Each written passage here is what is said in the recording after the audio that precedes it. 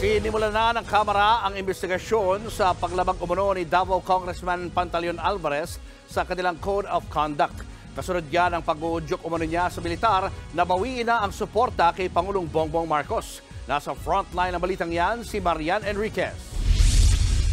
Nagpulong kahapon ang House Committee on Ethics tungkol sa natanggap nilang reklamo laban kay dating House Speaker at ngayon Davao del Norte 1st District Representative Pantaleon Alvarez.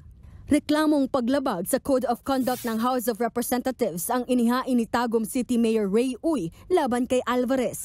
Ayon sa komite, nakita nilang may sapat na basehan ang reklamo. 3 grounds ng paglabag daw ang nakita. Una, ang disorderly behavior ni Alvarez dahil sa hindi niya pagpasok sa Kongreso. Ikalawa, ang libelous o mapanirang pahayag niya sa ilang opisyal sa Davao del Norte. At ikatlo ay ang seditious remark o panunulsol ni Alvarez sa Armed Forces of the Philippines na bawiin ng suporta kay Pangulong Bongbong Marcos. Ayon sa komite, walang halong politika ang paggulong ng reklamo. Kilala kasing kaalyado ni Alvarez si dating Pangulong Rodrigo Duterte. Wala akong politika o dito. Nagkataon po na inirereklamo ang ating pong kasamahan sa Kongreso ngayon. And the committee has to act on it.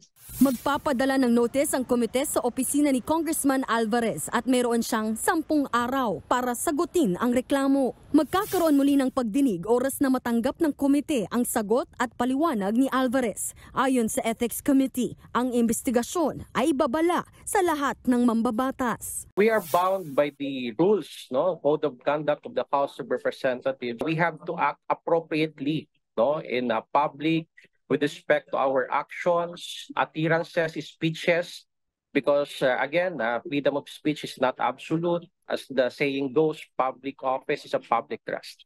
Handa naman daw sa investigasyon si Alvarez. Nauna na niyang sinabi na dala lang ng bugso ng damdamin kaya niya hinikayat ang mga militar na bawiin ang suporta kay Pangulong Marcos. Kaugnay ito ng tensyon sa West Philippine Sea. Nanindigan na rin ang AFP na hindi susunod sa pahayag ni Alvarez at mananatiling tapat sa kanilang Commander-in-Chief.